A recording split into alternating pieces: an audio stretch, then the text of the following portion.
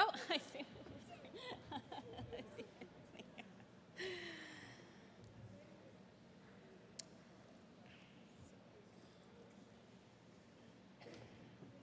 So apparently for the architects in the room, you are able to get AIA credits for this course. So we have to do two things to make that happen. I have to read the 4 things on this slide, and you have to go to the back of the room and sign up.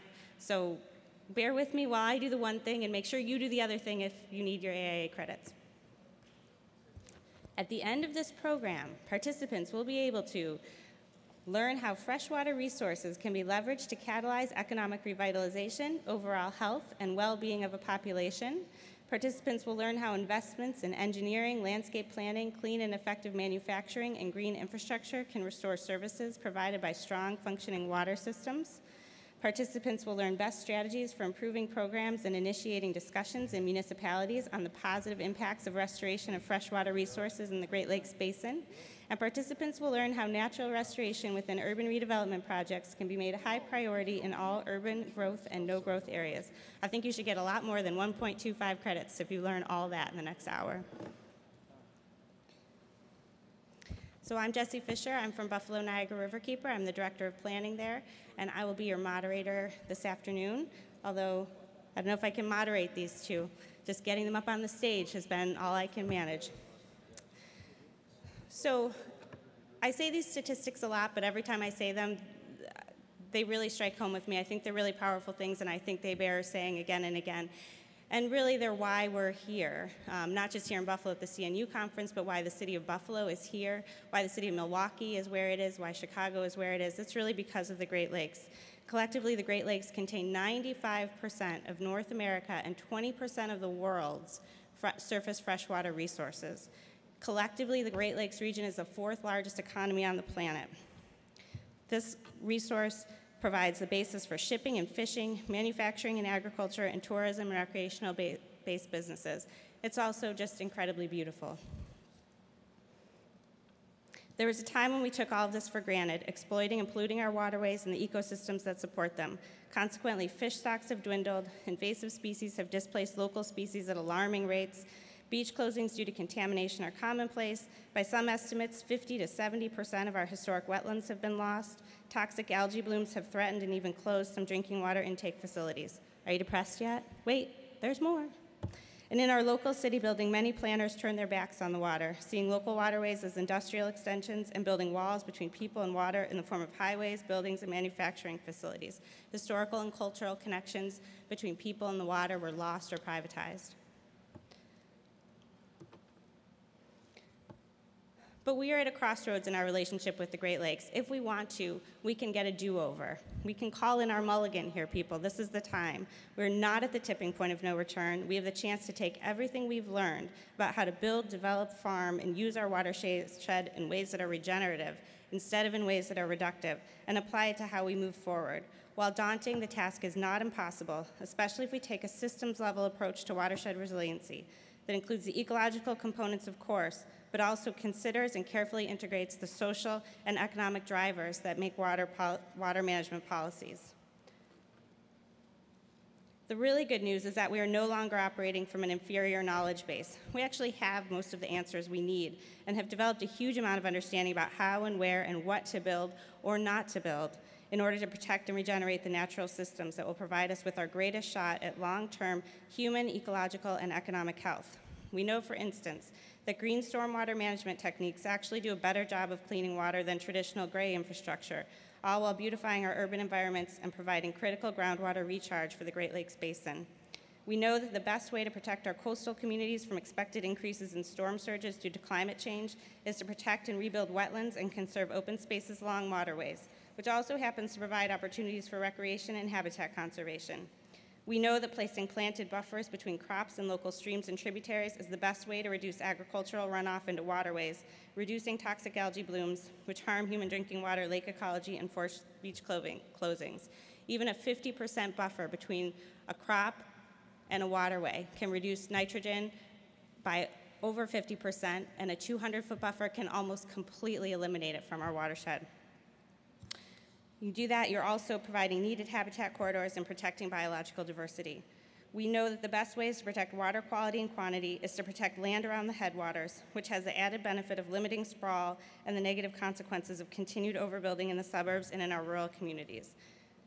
It is no longer a question of information. It is a question of how to operationalize that knowledge and to elevate the community's passion for and investment in water into a comprehensive, cross-region, even international set of policies, plans, and practices that will advance a healthy and vibrant watershed.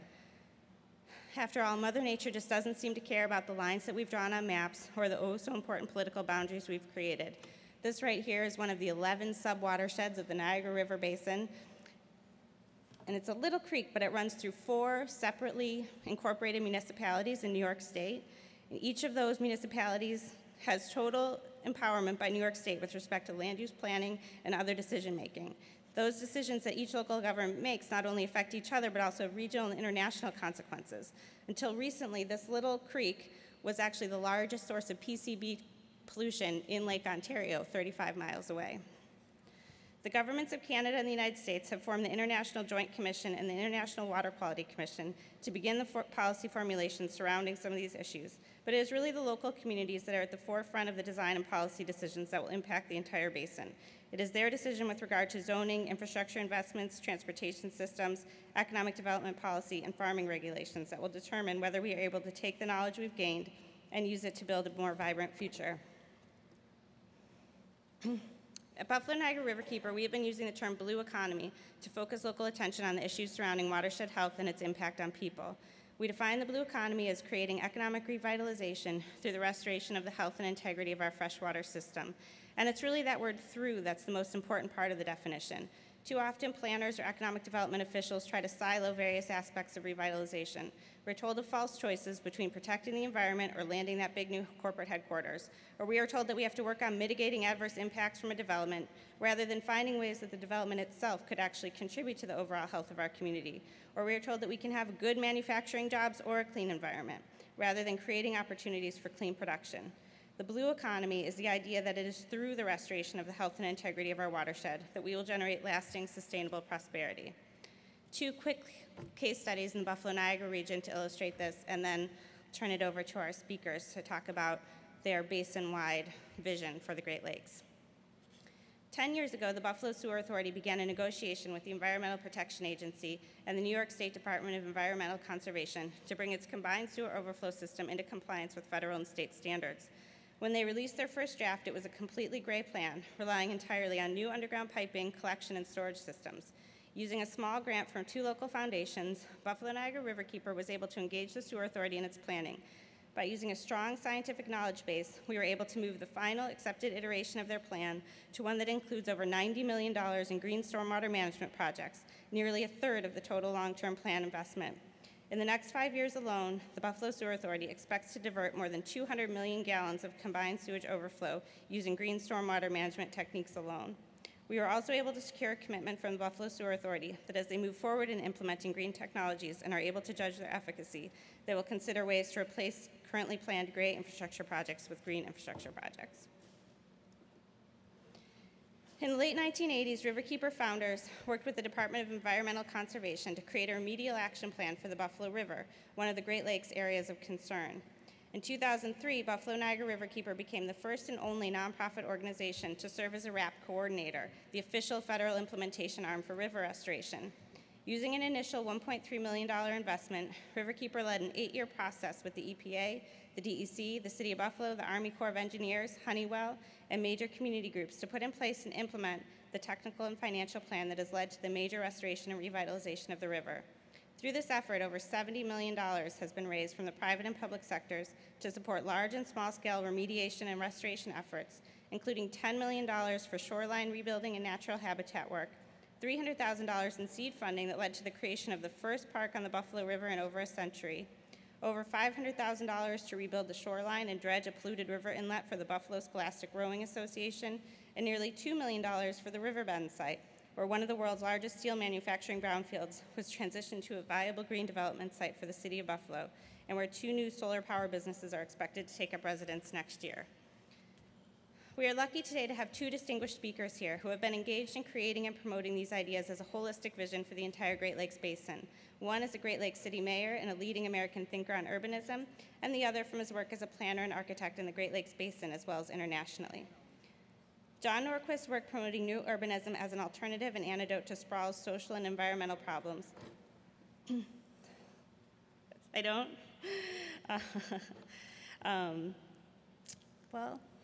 Draws on his experience as a big city mayor and prominent participant in national discussions on urban design and transportation policy. Mr. Norquist served as mayor of Milwaukee from 1988 to 2004, and he will tell you the rest of his story. Philip Enquist, FAIA, leads Skidmore Owings Merrill's global city design practice, the world's most highly awarded urban planning group. Mr. Enquist has been regularly recognized as a visionary leader in a rapidly evolving discipline. Mr. Enquist and the planning studios in Chicago, New York, San Francisco, London, and Shanghai have improved the quality of life and the environmental performance of cities on 5 continents by designing location-unique master plans that integrate nature and urban density within a framework of future-focused public infrastructure. And I'm going to turn it over to Mr. Enquist so that he can show us his vision for a Great Lakes century. Thank you.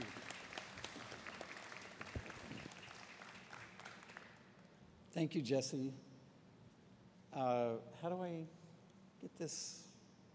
Robert said it would just work. I click? That way? There we go. Oh, no. Well. Okay.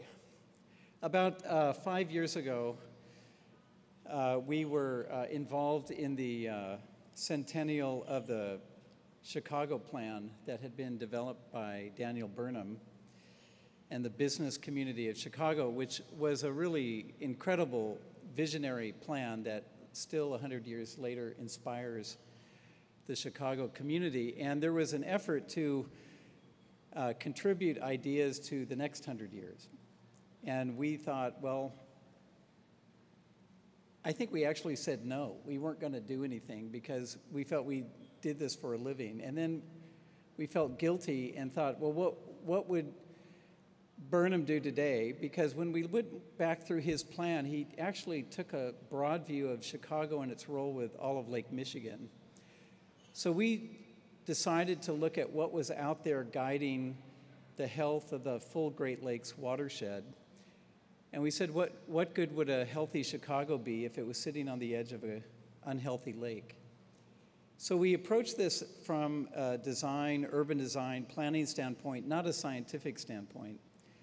And we came up with a Great Lakes Century plan and an exhibit we just completed called Great Cities, Great Lakes, Great Basin. And the Great Lakes, as Jesse said, is an incredible asset in North America, the largest repository of freshwater, surface freshwater in the world, and right outside this building. And it's often a very overlooked asset. It is only 1% renewable. I think that's a really important fact. 99% of this water is deposited by glaciers. Only 1% of this water is renewable by rainwater. So it is an incredible gift. It's an asset. It is not a resource to use. It's really an asset that we have to leave clean for the next generations. It's big enough, as many of you know who are here from Buffalo, that it creates its own weather pattern. So this is just an image of the lake effect snows that occur due to evaporation from the lakes. It's big enough to stretch over most of Europe, and if you add the watershed, that's just the water bodies, but if you add the watershed, it's about as big as the EU. It's the foreground to many of our great North American cities. It attracts thousands of people to its shoreline, and it supports very unusual, delicate habitats, such as wild rice. We put this exhibit together with sort of 3 goals in mind. One was simply to raise people's awareness to the uniqueness of this watershed and that they live in a very unusual watershed. And the second was that it's not too big to have a vision. We could have a strong vision for this full watershed, and that the third mission was really to have actions. What we can do to improve the water quality, to improve our relationship of the built environment to our natural systems. This was at the Chicago Architectural Foundation for about 5 months, and we were hoping to get it to Buffalo for this exhibit, this conference, but we'll work on getting it to Buffalo at another time. Some of the issues, Jesse's hit on this, but I'm going to touch on a few other issues. Just the global population, as you know, we're growing at 1 billion people every 12 years. By 2050, we'll be somewhere between 9 and 10 billion people. We're also increasing in the number of people that are living in cities. So we're going from 50% urban globally to 70% urban by 2050. So we'll actually double that urban population from today of 3.5 billion plus or minus to 7 billion by 2050. In North America, where we think most of the growth is not occurring, we think that growth is Asia. But in North America, the United Nations is predicting that we'll go from 470 million people today to about 650 million people, almost a 200 million person growth by 2100. Most of this will be international immigration into North America. So this includes Mexico and Canada. But if you think about where these people move, do we continue to build cities in the desert where our aquifers are strapped, or do we actually encourage people to move back into cities that used to have greater populations and have the fresh water, if we can return that fresh water clean to its basins? So we have this uncertainty of climate change that I think is creating a new globalism that's making us come together, collaborating in many different ways. Climate change impacts to the Great Lakes most likely mean the Great Lakes levels will go down as sea level rise goes up because of the warmer lakes, less ice cap, more evaporation. We have multiple jurisdictions, which is one of our biggest stumbling blocks. So we have 2 nations. We have many Indian reservations and First Nation reserves. We have 8 states, 2 provinces in this watershed. We have many counties and Canadian municipalities. We have over 15,000 cities and towns. So we're so locked up with our jurisdictional boundaries, you have to ask who's in control of this larger watershed. And we often look at it in a very fragmented way. So if we're from the United States, we tend to look at the shape of the United States like this, where we only see a portion of the Great Lakes, because every Great Lake except Lake Michigan is divided in half by the international boundary. If you're Canadian, I guess you look at it like this. It's not the way to view a watershed. In addition to that, we have the way we create our energy in the Midwest is very carbon heavy. It's mostly coal. Chicago, for example, gets over 70% of its energy from coal-fired power plants. So coal is very destructive to water quality, so the way we create energy for our cities is also one of the most destructive power sources related to water quality. The way we farm our fields, grow our food, creates a tremendous amount of waste in pesticide and nutrient runoff. This is just a satellite photograph of Lake Erie and Lake St. Clair right by Detroit, where one storm surge event has created sort of nutrient flow into Lake Erie that has impacted the full lake. We are sprawling in the Midwest at very low densities, so this pattern of building at 2 to 4 units per acre is eating into the larger watershed. So the way we create our energy, the way we grow our food, the way we build our cities is all not really supporting this unique ecosystem.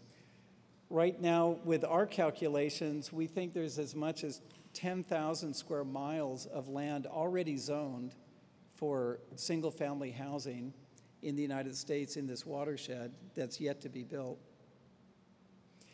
And then the things we know more about, we have sanitary sewer overflows from most of our cities. We have degraded areas from our industrial heritage. And we have a lot of invasive species we've let in, or are soon to let in, to the Great Lakes. So, not to dwell on the issues, because they're very complex. Each one of those issues is sort of a bottomless pit. But we wanted to create a 100-year vision that was a very holistic view. So it was how our economies reinvent themselves to strengthen these cities, how we protect our water, how we restore our natural habitats, how we build healthy cities and reinvent our infrastructure. So our questions initially were, what if we forgot our boundaries and acted as one people? What if we committed ourselves to this clean environment and restoring that environment? What if we reinvigorate our cities and our economies based on this commitment to a cleaner environment? And then what if we designed a shared 100-year regional plan between two great nations coming together around water? It could be a phenomenal model for the world, because water is a global issue, not just a local issue. So we felt we could think and act with a shared vision, and we've been to numerous cities on both sides of the border, talking in support of a comprehensive plan for the last 4 years. So the watershed, just to give you a quick overview, is not just the Great Lakes. It also includes the St. Lawrence River. So it includes Montreal and Quebec. And that watershed also reaches out and embraces the Gulf of St. Lawrence. So the shape of the land draining to the water is really quite remarkable. It's a 2,000-mile-long watershed stretching from Duluth all the way to the Atlantic Ocean. So this plan really is addressing cities, water, energy, waste, agriculture, transportation, and most importantly, governance. So the first idea was, how do we think of this watershed differently? Or how do we even think of it at all? No one even understands what this watershed really is. So what if the watershed was bigger than a national park? We collaborate with Canada, and this is what we call an international park that's also home to 50 million people. It's a park shared between nations, defined by these waters, 11,000 miles of shoreline. That's enough to stretch from Chicago to Perth, Australia. Home to 51 million people. Today, there's a tremendous amount of public land in this watershed. Federal lands, state parks, city parks, crown lands. But if we looked at also the agriculture and actually the cities as part of this park system that we treat differently, that we're more aware of, and we invite the world to come visit, I think we could have a different perspective. This is a fantastic initiative going on very close to here. This is the Ontario Greenbelt that's wrapping the city of Toronto and Hamilton, stretching all the way down to St. Catharines. This is the biggest greenbelt I know of that's really creating urban growth boundaries for Toronto and protecting the larger watershed.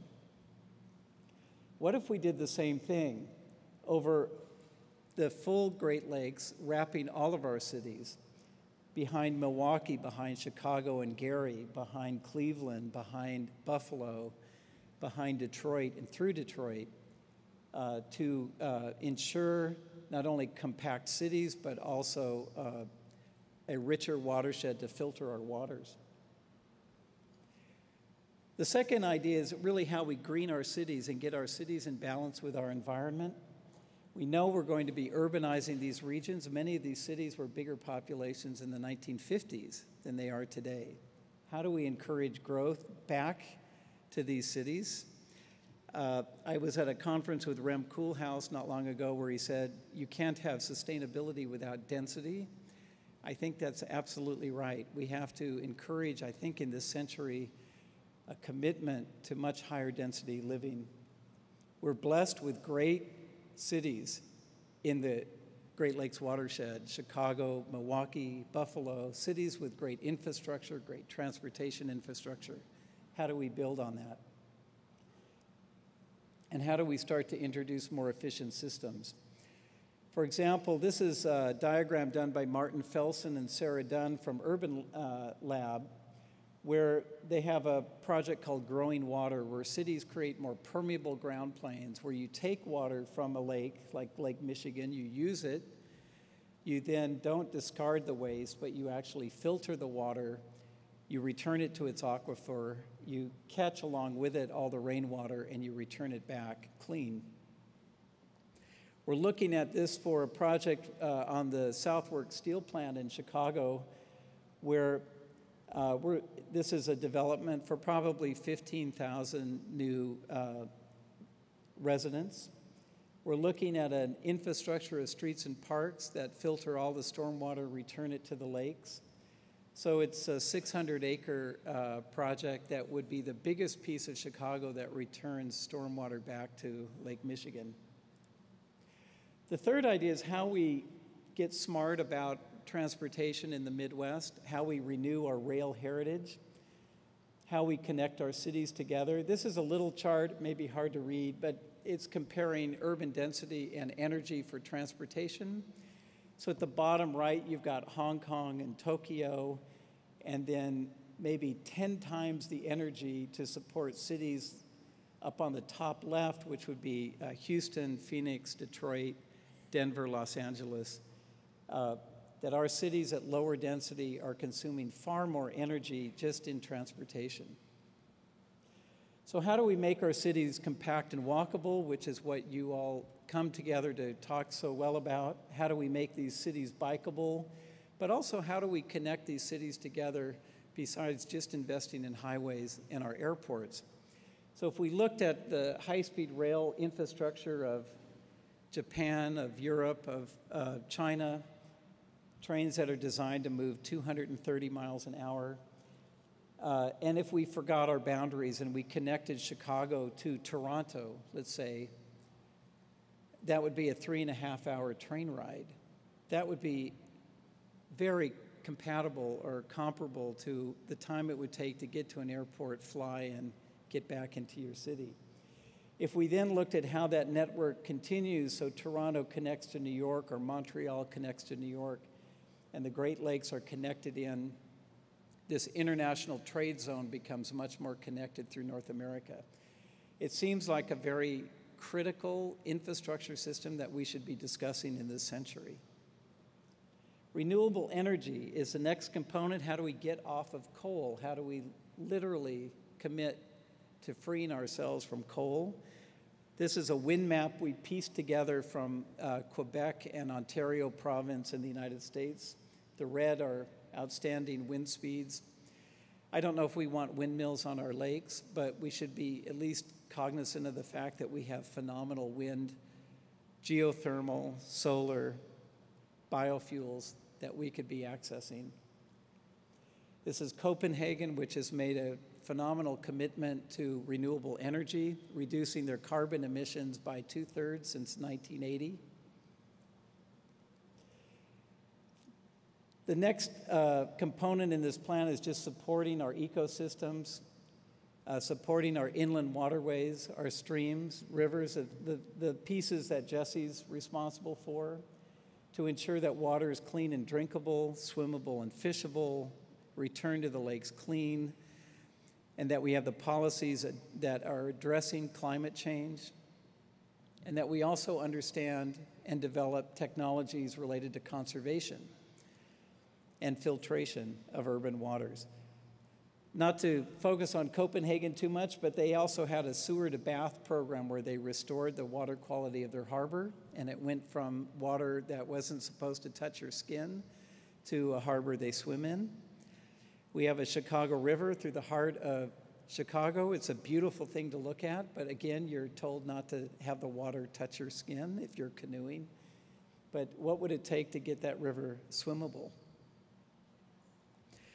The next idea is really how we start to grow food in the Midwest in a much smarter way. How do we focus much more on local, organic, and smarter crops so we're not carting food all across the country? The tomato, the average tomato travels 1,200 miles between field and dinner plate. So a tomato has a carbon footprint. How can we grow food much closer to home? Rick Bayless, a great chef in Chicago, says cities of the future will be farms we happen to live in. We can grow food closer to our populations. We're also seeing, this is in Milwaukee, Good Food Revolution, where we've got food growing connected to nutrition and education and providing quality foods in food deserts. And then building on this commitment to the environment means that I think we can have access to new ideas that turn into new capital. So the Brookings Institution has looked at the full Great Lakes, and the cost to treat these polluted areas of concern, to deal with the contaminants, is a cost of $26 billion in their mind to repair the environment of the Great Lakes. And the economic return, the benefit to our economy, our international, Canadian, and US economy is $50 billion. So it pays to clean up our environment. We could create jobs cleaning up our environment. So this idea of environmental commitment also means that the Great Basin could be this freshwater laboratory for the whole world. So just in closing, I think we can shift our priorities. We can recognize that we have an incredible asset and that the world's resources are limited. We want to restore what we have and get it healthy. We want to farm more responsibly. We want to green our cities and grow these cities in responsible ways. We want to clean the air and water and revive these economies. And I think that if we use this water in the right way, it will also be our collective future. So, thank you.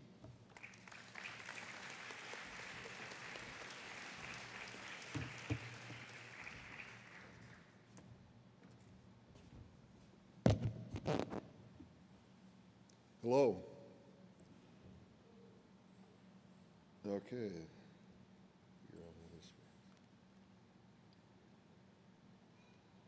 How did you ever figure out how this worked?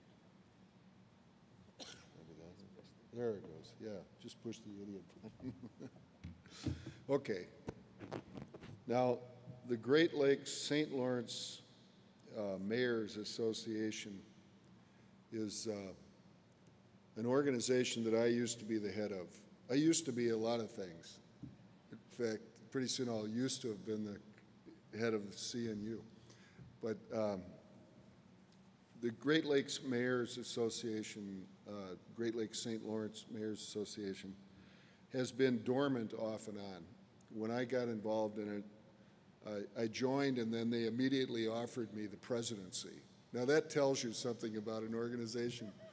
So I was the president of it the next year after Jean Doré, who was the mayor of Montreal, and he was sort of like Yves Saint Laurent. You know, he was anyway, he was very dynamic, but I never quite knew what he was talking about. But we all cared about the Great Lakes. We love the Great Lakes, and we said we wanted to make it better, but nobody really figured out much other than cleaning up the water that would, and fortunately, the water is cleaner than it was 20 years ago, and it's getting cleaner as Jesse pointed out. But then what else do you do about it? And I think Phil's presentation lays out all kinds of things that may seem obvious, but it's absolutely startling in a good way to me that for $6 billion that Brookings report felt that the Great Lakes cleaned up. Now, going along with that, you'd also have to stop the phosphate fertilizer industry from I mean, they're ruining Lake Erie. Lake Erie's water quality was getting better. Most of the Great Lakes water quality is getting better, but Lake Erie, which flows right past Buffalo, is actually getting worse the last few years because of phosphate in the fertilizers, and it feeds the algae, and so the water quality is going down. That could be solved. Somebody just needs to stand up to the phosphate manufacturer. I remember that when I was in the legislature in Wisconsin. The phosphate people said the most important ingredient to washing clothes was phosphate, and the Department of Natural Resources tried to warn the legislators that all it was going to do was create algae blooms everywhere. But they hired really good lobbyists, and they came in and they maximized the amount of phosphate that could be put into the Wisconsin rivers, and soon enough we had the algae. And the only thing that brought it to an end was the fact that the fishermen's groups, and back then that's what they were called, that they didn't like the fact that the lake was full of algae. So we finally had a coalition of environmentalists and sports people. Even the gun people were on our side. It was amazing. And we were able to put the phosphate industry back in its place. But now it's not dishwasher detergent, it's the fertilizer industry. And you should hear their arguments if you look online. It's absolutely disgusting. I mean, it's like the purpose of the world is for them to dump their phosphate all over the place. That's their attitude. Just like the fossil fuel people feel that you're not an American unless you're for the maximum energy burn per unit of output. You know, energy efficiency is un-American. Labor efficiency, there you go. You know, if you have high labor productivity, that's good for the economy, but good energy efficiency, forget about it. So the political structure is so laden with special interest groups that it takes an organized effort, and that's what's good about Phil's presentation, because it is motivating people. They're gradually waking up. Editorial boards around the Great Lakes, the people of Chicago, who are hard to wake up on political issues, but people are taking it more seriously. And there's a lot of things that everybody knows are the right things to do, and they should be done. I'm going to get more into the subtleties I'm going to talk about economics on the Great Lakes and some things that might not seem that important, but actually are. Great Lakes shipping has declined quite a bit. There were about 60,000 ships that carried cargo of one form or another, including passengers, but mostly just cargo, back in 1920. And that's when the Merchant Marine Act was passed by a guy named Edward, I don't know his first name, but Senator Jones from the state of Washington, the Jones Act, which was reinforced in 1937. And the Jones Act requires that all ships be American-owned, American-operated, with all personnel being Americans, that they have to be American-made. And even if they're American-made and they were ever owned or used by another country, then they can't be used in the United States. Now, all of this was done to help the shipbuilding industry build more ships. They now build almost no ships. The only ships they really build of any scale are the Navy ships, and maybe the Coast Guard once in a while.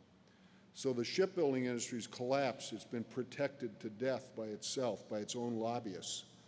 And then the Lake Shippers Association, they're down to less than 60 ships that carry cargo on the Great Lakes. This is one of them, and this is a new one. This is the only new one, maybe. And the ships are big because big is what's on the rest of the oceans. The rest of the oceans don't have to worry about the Welland Canal and all that sort of thing. But the 60,000 ships back in 1920 were small, some of them. Some of them were big lake ore carriers. But most of them were small. They were boats, motorboats in some cases, sailboats in other cases, and they would carry cargo from Grand Haven, Michigan over to Milwaukee, or from Duluth to Sault Ste. Marie. They were ships that were really more like boats, but a small ship can't carry anything anymore legally. They'll be stopped by the customs and the Coast Guard and so forth. And so the only carriers really left are the ones who carry ore, and they don't do that much of that because the steel industry has declined. And then the ones who carry sand and a few other things. And then there's some barges. If you count the barges, there's maybe 300 boats that carry anything at all. There are car ferries, but not very many. This is the one that goes from Milwaukee to Muskegon. There's another one that has coal belching out of it, which should be retired. One of the good things about having less ships is that a lot of them were coal burners, so that helped the lake and the air quality. But the point I'm going to get to is that people don't really use the lake anymore. Almost nobody's on it. When I would go to a grade school in the inner city of Milwaukee, say 2 miles from the lake, and I'd ask the kids, how many of you have been to Lake Michigan? Less than half, sometimes almost none of them, would say that they had even been to the lake. And so it's sort of out of our consciousness. Now, part of this is because of the interstate highway, and there used to be railroad car ferries almost every city of any size along Lake Michigan. Lake Michigan's very long, 300 and some miles long, and about 80 miles wide. And so the Chesapeake and Ohio Railroad and the several other railroads, the Green Bay and Western Railroad, they all had boats that would be loaded up with rail cars and then go across, and then they'd let passengers ride on these boats.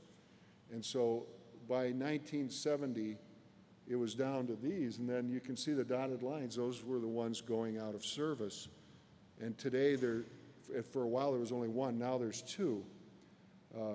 There's no car ferry service on Lake Erie, which used to have car ferries that went from Cleveland across the lake.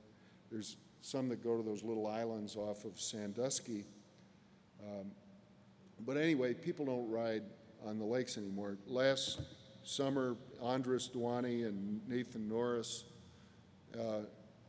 were contemplating their magical mystery tour that they usually do before the Congress. They'll go 3 days, travel away, and come on a bus or a train like they did in Salt Lake. And they were going to take a boat.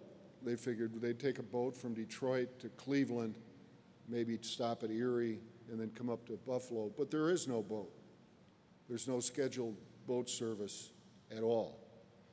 And that's not mostly because of the interstate highway. That's because of the Jones Act, because nobody can afford to build a boat that and be able to charge enough to carry enough people to make it work.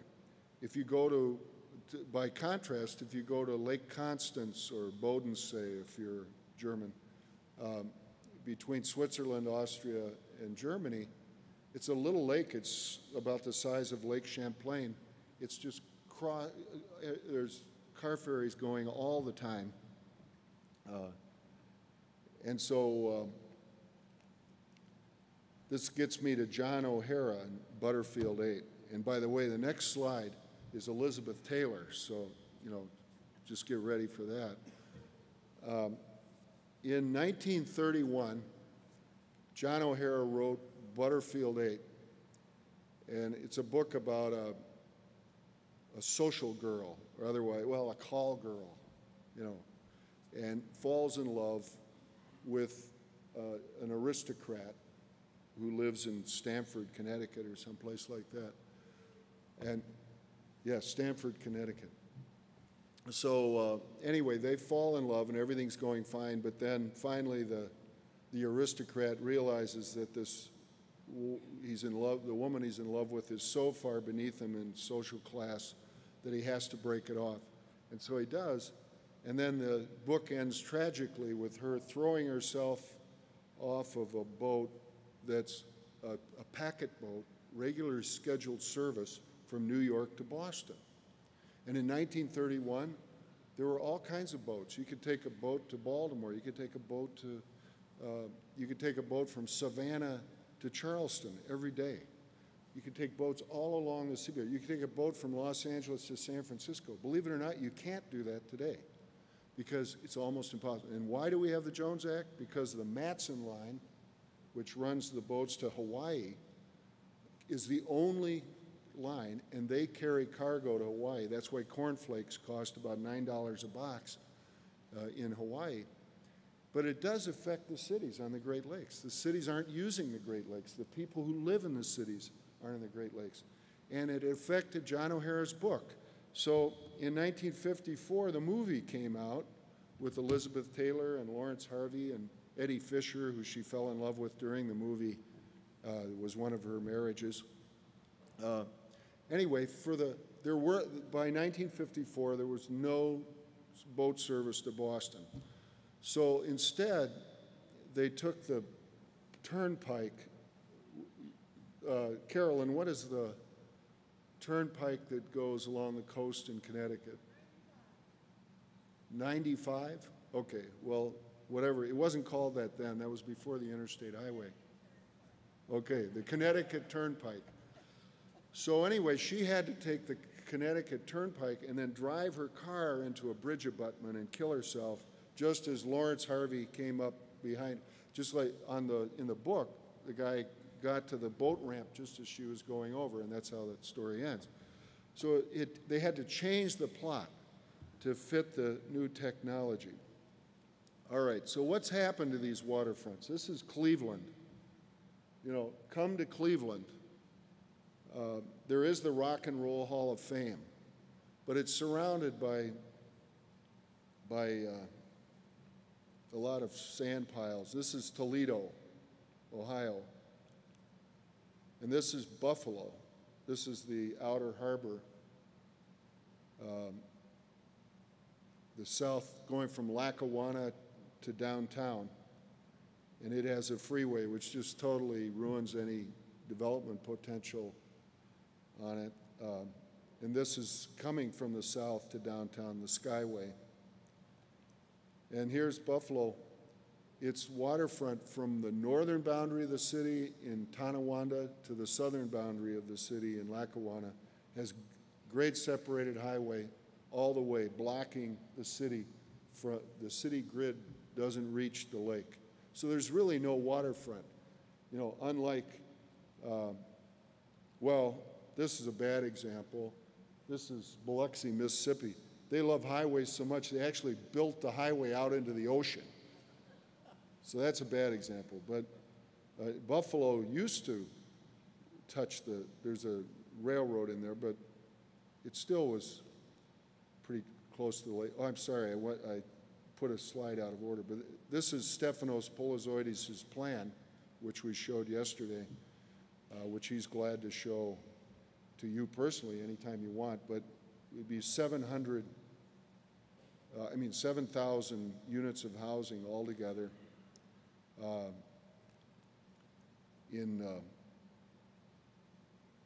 on the outer harbor, and reconnect it and take down a big chunk of the freeway. I'm going the wrong way, sorry.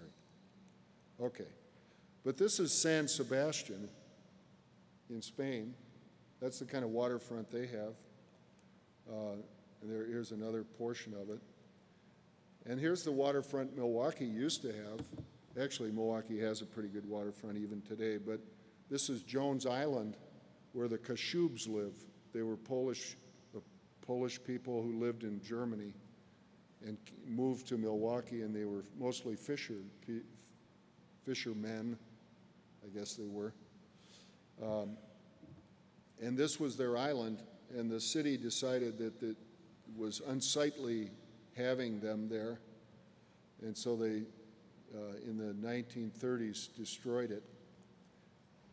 Sorry, wrong way. And this is the harbor today, the largely unused harbor. which is all set up for all the ships that were going to come into the Great Lakes because of the the St. Lawrence Seaway. But the ships didn't come in, and they've come in less and less and less because the Welland Canal, over 75% of the ocean-going ships today wouldn't fit through the Welland Canal, and that percentage is dropping all the time, and it would make no economic sense whatsoever to widen the Welland Canal. We just get more invasive species coming into the Great Lakes like lamprey eel and all the rest of them. So the ports are doomed. And I say that as having been the mayor of Milwaukee and been proud of the fact that we had an operating surplus. As long as we didn't count capital investment, we had an operating surplus. And our port is well run, but almost no ships go there. The only thing that really is a lucrative business is coal piles, salt piles, asphalt. There's an asphalt dock, and that's stuff that comes up on a barge along the Illinois Ship Canal. It's the port is really, it's not a place that ships machinery to Europe or anything like that. But it's a well-run port. I'm very proud of the people who work there, but almost nobody works there because I think they're down to 8 longshoremen and they all work part-time. So the waterfront, it was redone to be this, like it was Houston or Baltimore or someplace like that. But it isn't, and it never will be, at least in terms of big ships. But it could be years and years ago when the smaller boats could carry things. If they repealed the Jones Act, then small ships would start carrying cargo. And if you've heard Jim Kunstler talk about ports, he imagines the day when the ports will come back.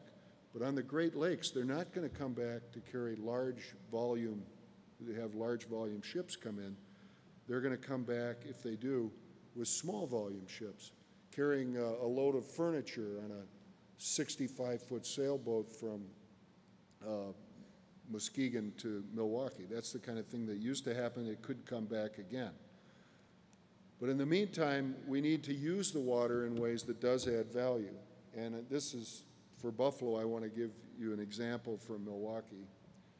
Milwaukee has apartments and condos and built environment all along its river, from the mouth of the river all the way exactly to North Avenue, which is almost about 2 miles from the lake. At North Avenue, I'm sorry, I keep pushing the wrong button, sorry. I'm going backwards for some reason. How did I do that? Well, anyway, when you get to North Avenue, suddenly it's completely natural, and that's because we removed the North Avenue Dam, and this is more of the condo development. This is near the mouth of the river, and this is hundreds of millions of dollars of tax base for Milwaukee. And so when I went up the Buffalo River the other day, I noticed that there are all kinds of development sites that would be appropriate. And I know some of your elected officials, like Byron Brown's been to Milwaukee to see it, and the mayor, and Mickey Kearns, and a few other people. But this is what we've been able to do. Almost all of this without subsidy, because people love living on the river, and they love watching the boats go by, and the boats love watching them watch them go by. And at the North Avenue Dam, it suddenly becomes like you're out in the middle of the wilderness. People kayak and fish. This is the demarcation line between the built environment and the rural environment. And this is something we insisted on. This is the Peter Park plan, or the John Norquist plan, because I was actually his boss. It restored the river, the quality of the river, the species of fish went back to, every fish that's known in Wisconsin, except sturgeon, are in that river now. And it's just fantastic. And that's what happens if the cities on the Great Lakes connect with their, as you said, buying up remote lands and improving the water quality in the watershed, That's what we did. And it has had a remarkable, there's the dam that we took out. The way I took that out, by the way, was sort of the kind of urbanism where you immediately do something and don't really tell people what you're doing. We had to fix the footings of the bridge. So we had to release all the water in the impoundment so that the water went down and was dry so they could repair the bridge. And then after we repaired the bridge, we just didn't bother to put the impoundment back. The dam, we just didn't put the dam back, and eventually, after a couple of years, the vegetation really started to look good. And so we were able to get rid of that dam. And a lot of people are getting rid of dams. I keep doing this wrong, I'm sorry. And this is Bergen, Norway, where I've been. Many of you have probably been there. And it has a beautiful waterfront that was built out during the Hansa period in the 15th, 16th century, 14th century. And all these ports in Europe are fantastic. They're great tourist locations. They're places where people want to live. And we should learn from them. We should learn from Copenhagen and places like that, and make the Great Lakes ports destinations where people want to be and where they connect with the lakes. In Milwaukee, I'm proud that we have an iconic addition to our museum that actually lines up perfectly with the center lane of the street, violating Walter Gropius's diktat from the Harvard curriculum that you should never line up monumental buildings with the center lane of a street. It should always be confusing.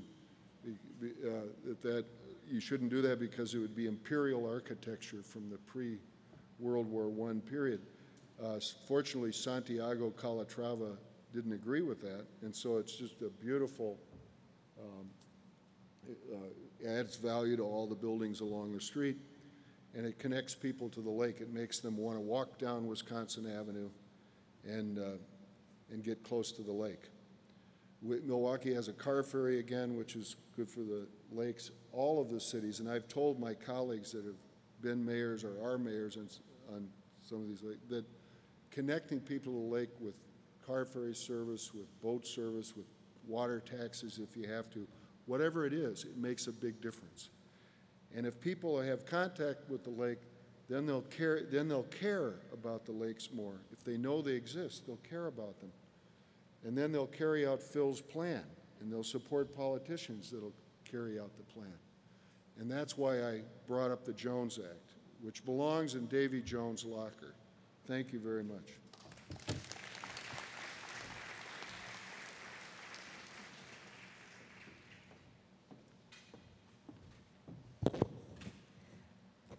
We do have a couple minutes left, so we're wondering if anybody has any questions they'd like to ask our distinguished speakers who are here today.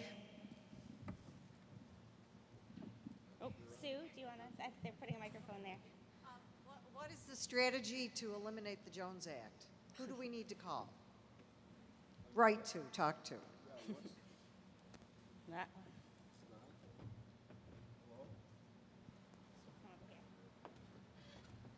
Why give me a mic if it doesn't work? Okay.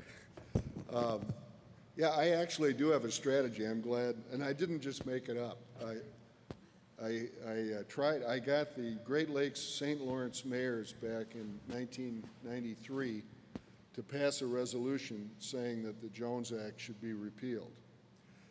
When I got home from that trip, the following Monday, I got a call from the executive director of the Great Lakes Shippers Association in Cleveland, informing me that they were recruiting an opponent and would defeat me in the next election. The guy was really angry.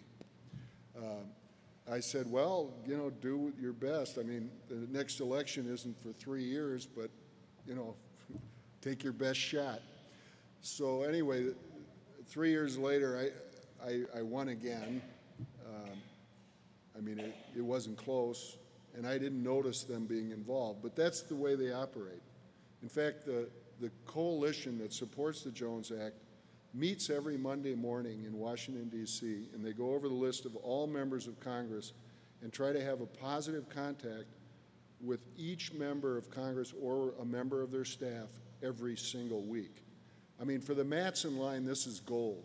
because they're a monopoly that runs all the shipping to the Great. There's another line that goes to Puerto Rico, and they have this monopoly. And they're the ones that benefit from it.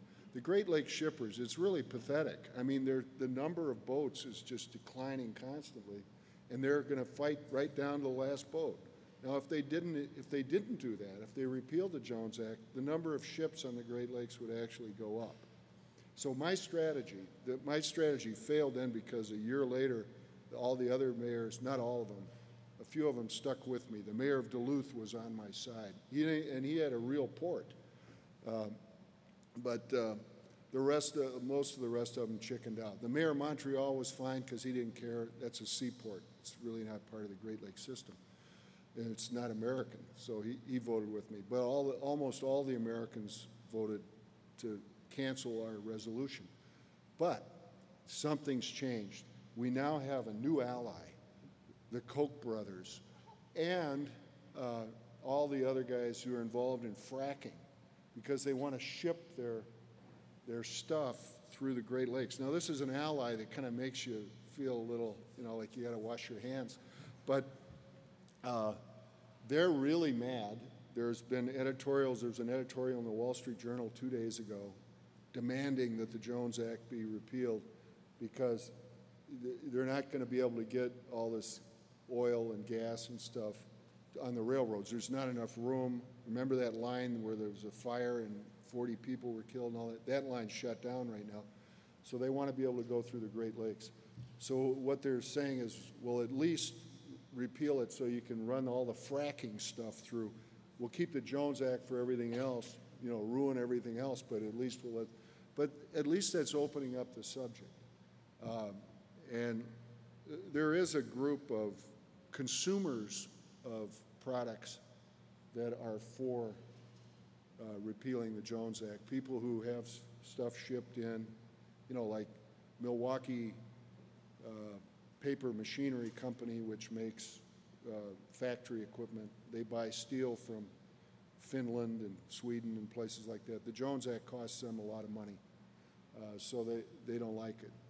But the coalition so far, the Matsons, they're so determined to win, and keep that little monopoly going.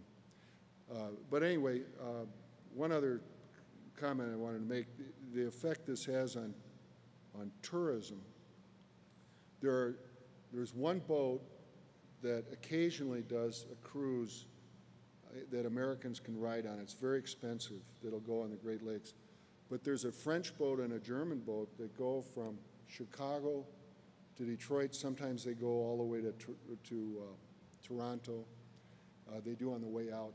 Anyway, the French or the Germans, they'll fly into Chicago, fly into Detroit, whatever, get on this boat, and they go around the Great Lakes to Traverse City and so forth. They can go from one port to another. But no American can ride on those boats, except the pilot, the American pilot that's required, who sits next to the real pilot and gets paid. But, I mean, it's the ultimate, protectionist, selfish thing. And it's had a devastating effect on the awareness that the lakes are even there. It shouldn't just be rich people who own sailboats and power boats that see the Great Lakes.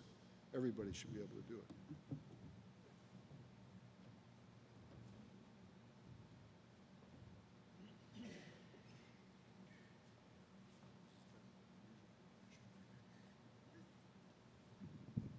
You two guys together are like complementary geniuses. You're the great planner and the great political strategist.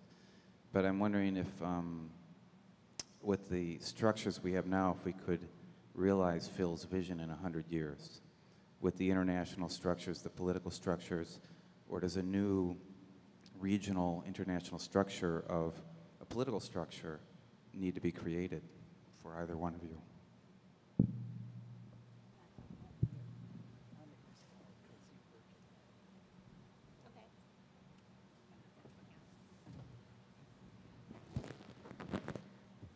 So from the Riverkeeper perspective, the water doesn't have boundaries. And to us, that makes it a really exciting place to work. So we're thinking of place-based planning with the water as the place. So what we've done, and I think why it's so complementary to what to what Phil is working on is we're starting with the vision. What is it that we want to have happen?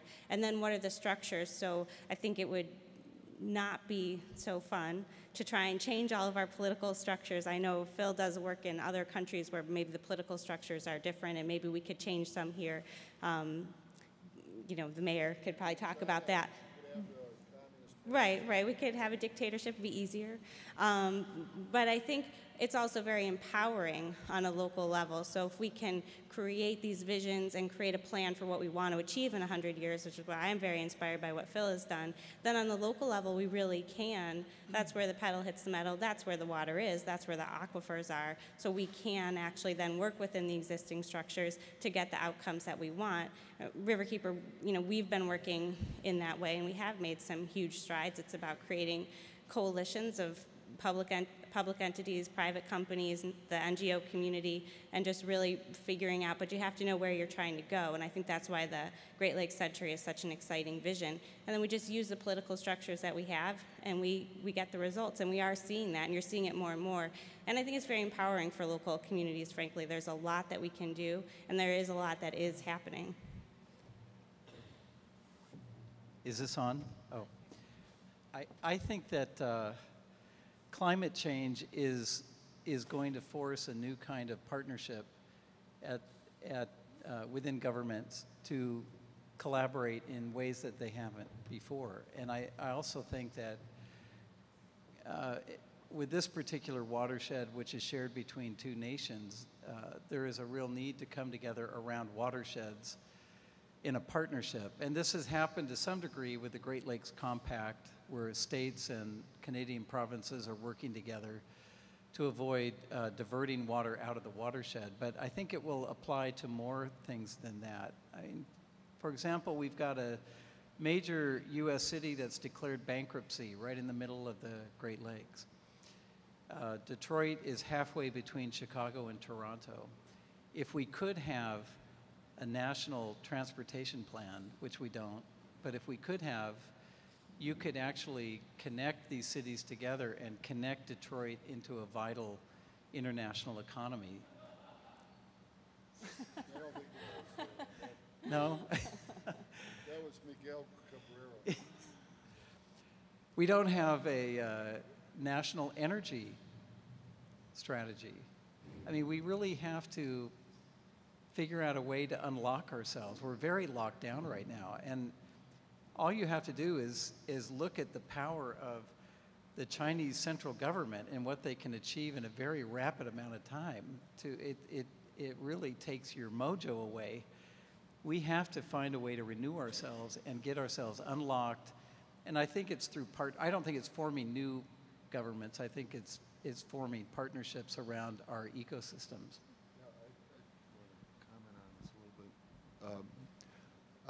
I actually think that mostly it's efforts that are made locally. There are some issues that I think have a regional, through the entire region, and one of them is water diversion, which Phil mentioned.